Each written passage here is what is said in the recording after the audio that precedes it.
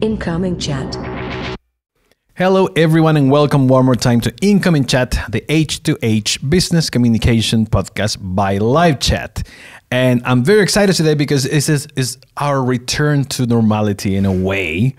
This is the first podcast we're doing with a person in the studio in a long time. And not only a person, it's a pleasure to me to have our guest today, Anna-Paula Marie Cederholm. She is the head of marketing of Woodpecker. If you're a marketer, you definitely know what Woodpecker is.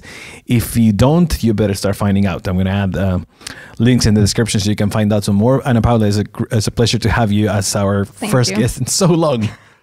How you doing? I'm really happy to be here. I'm happy to meet everyone in person and be here in this great studio. And it's really good to be like back in doing normal things, you know. I know, right? Like at least it feels like, well, it's not that bad. We're going back to normal. Yes. And now we do have a sort of a heavy subject today.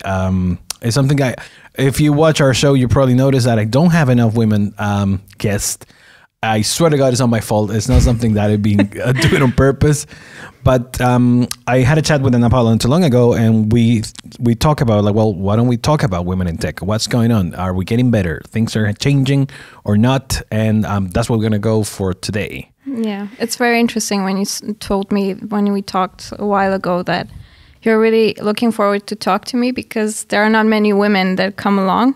And I was actually surprised, you know, because like the topics are so, like there are many women representing this industry and many women that are able to speak about this so comfortably. So I was surprised. So, and how, just to start with your story, before we go to what's happening around the world. Yeah. How do you end up in tech? I mean, Woodpecker is definitely a tech company. You guys, Yes. The stuff that you guys are doing is amazing. And how did you end up here? And did you ever feel that it was sort of a blocker for you to move into this industry? Well, I was always a geek and I always liked Nintendo and Game Boy. I was not a tomboy really because I always had like this interest in fashion and women things, you might say. But I was always interested, like what's inside there? What is this? I was having Windows computers and watching Apple. I remember like having this boom and watching Steve Jobs presenting his products. And I was always like very interested in this world. But it was not a mistake, but it was something spontaneous that happened to me because I was I applied for a job in a company called Pivot Pro. Okay. And they have a web analysis tool, and they had a project manager job in German. And I was looking for jobs in German because I studied German language, and I just wanted to like explore and go out of just being a language specialist or a translator because I thought it's pretty lame to just do the language thing, like in my case. And I remember that I did not get the job there, the project manager job, but they told me, hey, don't you want to be like maybe a copywriter in German? And I was like, yeah, this sounds good. What is a copywriter, you know? At that time, I just like heard the writer and I was like, yeah, I like to write. I always like to write. Let's do it. And I went for this interview and that's when it all happened for me. I understood that there are companies like called software houses, companies developing apps and tools, and apps is not only an app on the phone and, you know, like everything. This word just like opened up for me. And yeah, since then I'm in IT. I'm not a coder. I have a husband coder, but I work with a lot of brilliant women because Woodpecker hires like 50-50 girls, boys, women, men. So we have also a lot of coders in our product team. And I had an interview with one of them lately. It's a girl called Isa. And Isa is a very inspiring woman because she's now, I don't know, like 40 years old, I would say, maybe a little bit older. I don't want to like guess her age. But she told me that she's an engineer and she was, I think, an electrical engineer, something like this. And her husband is a coder. And he said to her that, look, you have a brain, you like logic, you like puzzles, you like solving stuff. Like, why don't you start coding? You know, and she went for it. And she found a group of girls that are helping women become coders. All right. It's a group of girls that they are, I think, preschool teachers or something, and they just, you know, by themselves, they just started to reinvent themselves, you know. And Isa joined one of those workshops and started to learn how to code. And now she's a tester in our product team. Not bad. And she's learning how to automate code. And yeah, she's like such an inspiration. And there are so many stories out there, like women just like her. And yes. Do you feel that? Sorry. No, but do you feel that there was ever? I mean, maybe not just for you, but for some of the women that you work with, there was sort of a blocker for them also to like, all right, lose inspiration. If, for example, when you were telling your story, you were really passionate about like what's behind a Nintendo, like how are things made, but that curiosity sometime, and I see it on my daughter too, is sort of pushed to the side, trying to move women or girls in this case to more women things. Yes. And something I still don't understand, and it pissed me off now as a parent. Like, why do we have to have this sort of separation? Mm. So, that being said, do you ever feel that still applies? For example, at work, maybe not in your company, but in companies have you seen? Do we still trying to like no, women, they're going to go and work on this area, and we're hiring guys for this? Yes, I do. I do see a lot of separation still. I think it started, like, for me, understanding this type of separation, I did in high school. Because high school was this place where there was a division. Women do the women kind of subjects, like history, literature, like this is all the women stuff, languages, and the more like advanced skills like chemistry and physics and biology. Yeah. All of this was covered like by men, and they were like, the boys were the best in those, and the boys would go on competitions, and the girl were like, even if you had an interest in those subjects, you were not really pushed, you know? Yeah, you were not motivated. And me at home, for example, I wasn't as well. Like, you know, like I was supposed to, this is my personal story, like I was supposed to look pretty. I was supposed to be always nice and welcoming, to know how to cook a meal, to know how to like please men in a way of always be nice and gentle towards them, and you know, but I was never pushed to be, I don't want to say intelligent because I was, but not to be like, you know, you don't have to be the one wearing the pants in the house. You don't have to be this woman that has to provide. This is the men's world, job, you know, yeah. And that was not so long ago because I'm not such a old woman. So this was my circumstance. And I know that my friends share this circumstance. Every time we have success, every time we go a little further in our careers, or there's an article printed on us or something, there's always this surprise element. Why? Why is that? Why is it surprising to us that women are still able to accomplish things? You know, I think they tag us like a woman that has success, a woman that accomplished something. It's not, we are all equal, right? There is like no technical or math chromosome that you have additional in your brain. That makes it different. Yeah, we are equal when it comes to our minds.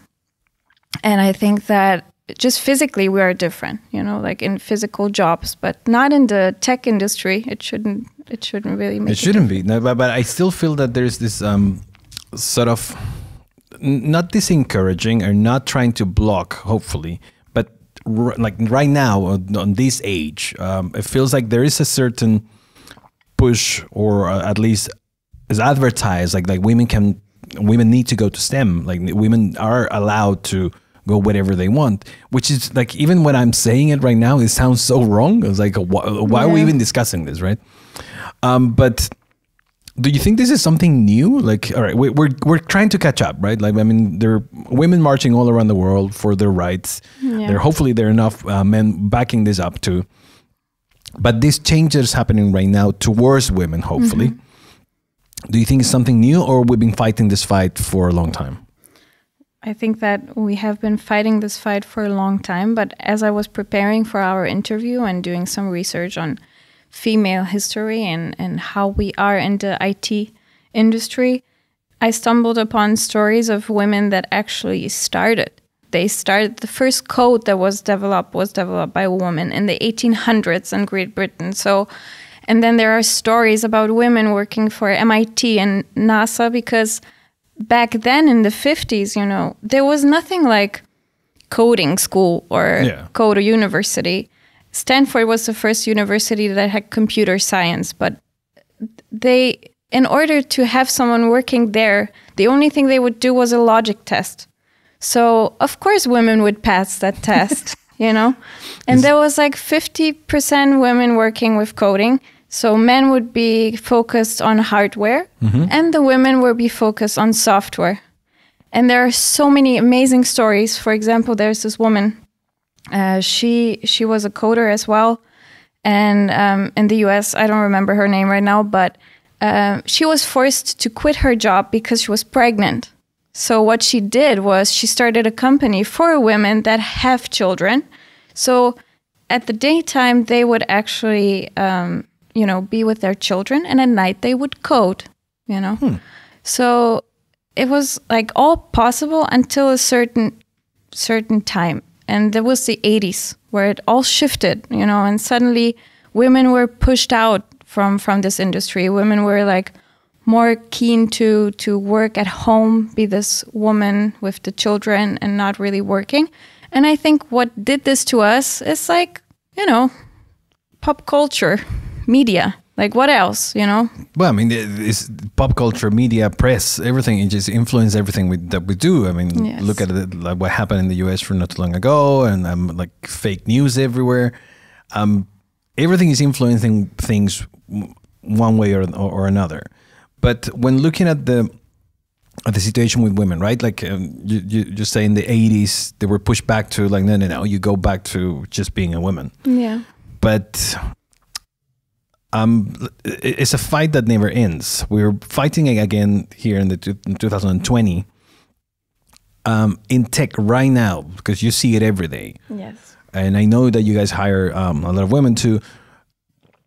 How do you see the evolution of it? Like, are women taking more? Like, do they have to fight more or take more strength to break into a world of men, or companies are willingly opening the doors for like, all right, well, we're all equal, let's bring women in?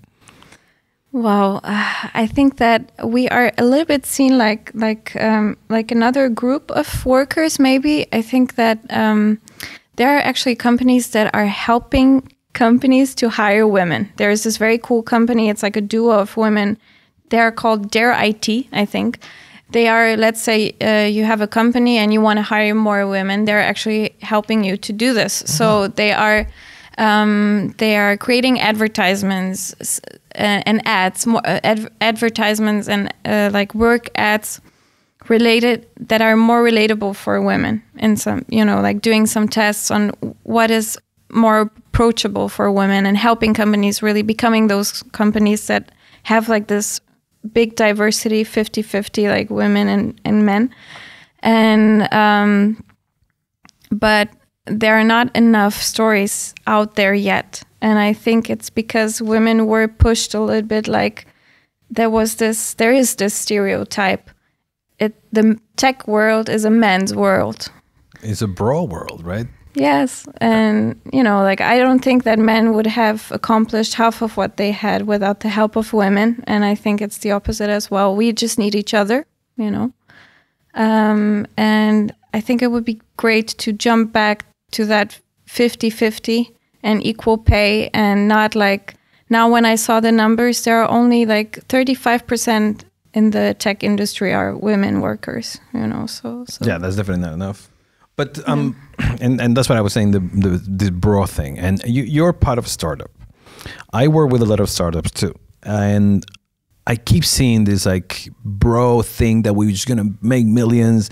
I mean, I would love to mention a bunch of startups that they're very well known, that they have this attitude, and they keep sort of bringing it up as a community of guys that are making stuff, and they forget that they need a balanced workforce. They need something that it brings different points of view. Otherwise, then they're going to end up being an inbred company, right?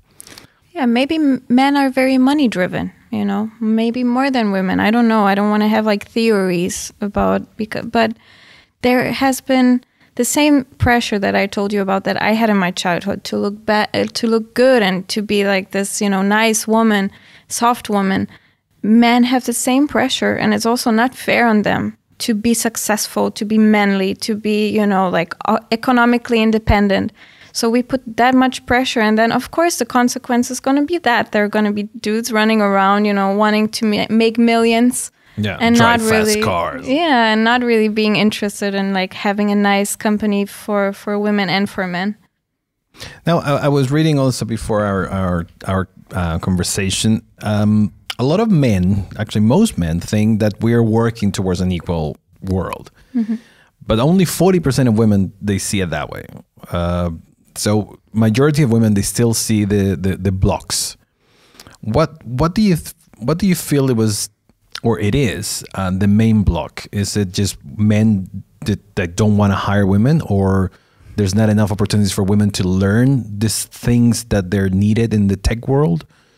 I think there are so many blockers, different blockers. I think one of the big blockers is the history of us being the only sex that can be pregnant and have children.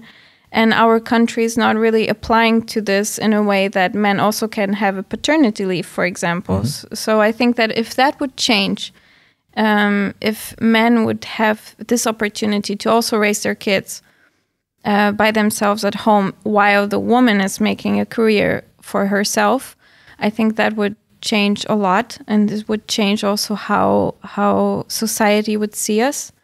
I think a big blocker is also equalizing of pay, that we're still not getting paid the same.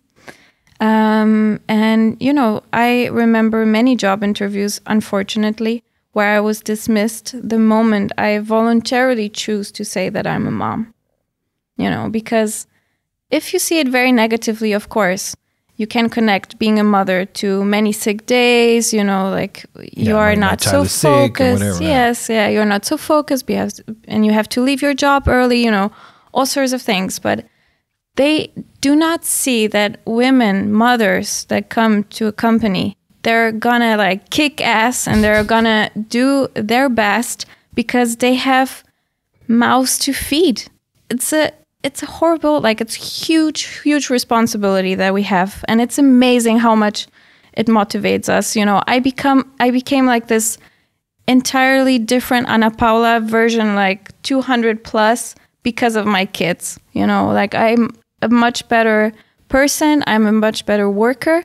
Because, there's this, you want to be your best. Inspiration. Yeah. Huge motivation for it. Yeah. But I'm going to try to put it in the positive side now, because I think we talk a lot about the blockers and things. When we move to things that are happening, you guys are hiring women constantly. What things need to happen? What are the things companies should start doing in order to not only reach out to women, but also to balance their own workforce? I mean, after all, is for their own benefit. Yes. So what little initiatives do you think companies can start doing, or things that you've done? I think that we have to start to have a conversation. I think it would be great if companies just come together and really talk and let the women talk. Ask them, are you comfortable here? Do you feel that you're paid enough? How are your men colleagues? Are they nice to you? Are they commenting on your look? Do you feel just start a conversation, even one by one. Make sure that your work environment is good for everyone, not just for the dudes, and make sure that women have as much chance as everyone else. This would be great. I think that Woodpecker is trying to push it even further, because they've asked me to start this podcast on women in companies like ours, or women that are CEOs and founders. It's incredibly hard, even on LinkedIn, to find women like this. If you just type in CEO or founder, you have an endless list of dudes, and they're cup of women. you know? Yeah, there's like almost like a case study. Yeah, and I reached out to women I found very inspiring histories, and I told them, look, I just want to have a conversation with you and inspire not just women, inspire everyone and talk about your story, how you created a company, how you just, you know, did all this. And every woman, I reached out to tons of them, you know, every woman said yes, because everyone feels that there is not enough conversation. There's not enough highlight on this. Like, we have so many success stories about men, you know, and there is not enough space in media for women. And there are lots. I mean, that's what surprised me. Like, you always read about the dude that make $1 million, the dude that sold the company. Yeah. And there's not enough. But again, it's the influence of the media. It's like for some reason, we're trying to keep the separation there. I don't know what kind of higher powers are touching this. So let me go, because like I said, I was doing some research, and let's hear. I wanted to bring a couple of the things that that show about women in tech. So only 37% of tech startups have one woman on the board of directors. So this is going to the leadership of women. Like we can see that maybe doors are being opened, but to get women to higher positions, that's even harder. I mean, you are head of marketing, right? Yes. But I don't want to go through all the struggles that you get to become a lady boss. How it's said in LinkedIn a lot. But how you see the leadership? Are we seeing more influence from women on top, or? I think we do. I think that, like, from the very, very top, like, even you can see that in the United States this year, we have Kamala Harris that is like such an inspiration. Finally, a woman, badass. We had Michelle Obama, which was also like a great woman to look up to. When it comes like to more local women, at Woodpecker, we do have, I think, also like half of the board is men and half is women. So it's very nice. There is one girl in our company that started, I think she was in the support team first, and now she's the chief operating officer. So she really climbed like all the ladders that you can climb at Woodpecker. And, you know, once you meet her, you know why. It's not because she's beautiful. She is, by the way. but you know, it's not because... Yeah, it's a plus. It's not because she is thriving, and she's like so smart. You know, like she's leaking smartness. And this is like, Woodpecker is such a great place because of that, because they recognize like people like this, you know. And she is one of those success stories. And I think that we have to talk about those type of things, you know, and those type of women. Yeah, no, I mean, it happened to us too in LiveChat. I mean, our chief product officer is a woman, the chief people officer, and chief financial officer also. So you feel there's a good balance that, luckily, it didn't happen as a push. I mean, it's not something that, all right, we need to bring women up. It was just the people who actually took the leadership. And one of the things that we appreciate in our company too is there's this like take ownership of things. And these are women that took ownership of their own role, and they took it to the next level to become a chief, a CXO, right? Yeah. Now, going back to the numbers that I wanted to share with you is, we see startups trying to be open. Like June just passed, Diversity Month, rainbow flags everywhere. I mean, PR moves, like, they will not be over. But some of the biggest problems, some of the lowest numbers of women in tech, they come from the big companies like Google, Apple. They try, you can read in the PR, but it feels that it's not happening. Do you think the change is going to come from the top as an example from big companies, or from the bottom as like, this is how we want to do it onwards? Yeah, that's a very good question. I think those companies, the big companies, the Silicon Valley companies, they should definitely push an example, because, you know, I even hear our board meetings or manager meetings where we're always like referring to Facebook or MailChimp or those big companies, because we all want to be like there, you know. So if they set an example for the smaller companies, of course it's going to follow. Look what Netflix is doing. Netflix is doing a great job on diversity and women history. And so many titles I have seen, like this. I watched a series called Self-Made. It's about this black woman that in the 1900s, she was a washer, just escaped slavery. And she became the first black millionaire in the United States, woman millionaire. So, yeah, we just exactly like Netflix is telling the story. Why? To inspire and also to be like, it's okay. It's okay. It's a woman, like it's fine. Like it's not a special case, right? No, it happens. And we have to just, we have to stand up and talk. I think that's the most important. And Google and Microsoft is hiring like a great deal of inspiring women. And I think that we just have to like be a little bit more out there with those conversations. Like even like we're doing today, I feel great about this because it's important.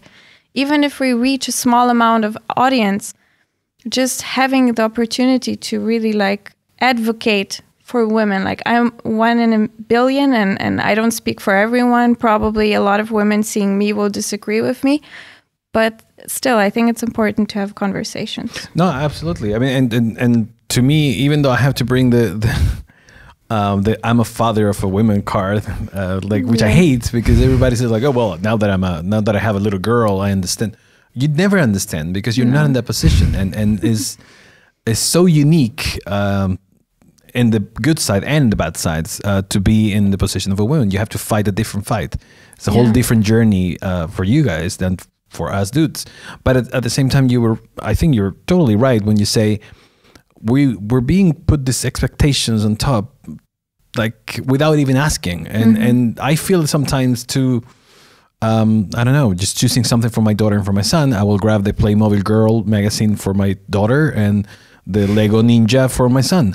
But it's not that I'm thinking like, all right, I need to buy this, otherwise I'm gonna have a gay son. Oh, there's nothing wrong with that. Oh, like it's so much very stuff. Hard. It is. And hopefully these little things, and I mean, I not only wanted to have you here to talk about this, because also like to have you live, and I really value your view in this, but hopefully things are changing little by little.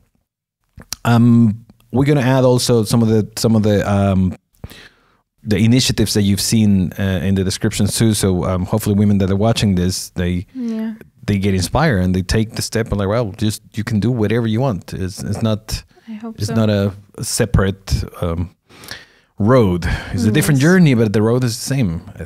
I feel. Yeah. Anna-Paula, any sort of last thought on what? I mean, you've seen many women getting into tech. Yes. Any good advice or any good like first step? I think it's very important who we surround ourselves with. Like, don't surround yourselves, even if it's family, don't surround yourselves too much with toxicity and those thoughts of you cannot do it. This is something only men can do. Don't listen to this because, like only you for yourself know what your path is. And I think that we should start a conversation at our work to just make it better for us, and really don't be shy and be out there. Start conversations. That's the most important. And if you're a dude, just listen to that conversation because it's needed, and you shouldn't have to go and have a daughter to understand that it's gonna be hard. Just make it easy. And Anna-Paula, I just wanted to thank you for joining me today in this first, after so long, podcast live with someone in the studio. And hopefully we'll have you back whenever you want. I mean, mi casa es su casa. Thank you, likewise. For all of you watching, this was Incoming Chat. If you learned something today, make sure you like this video and subscribe to our channel to keep watching amazing content that we will be bringing to you. Thank you so much, and thank you for watching, everyone.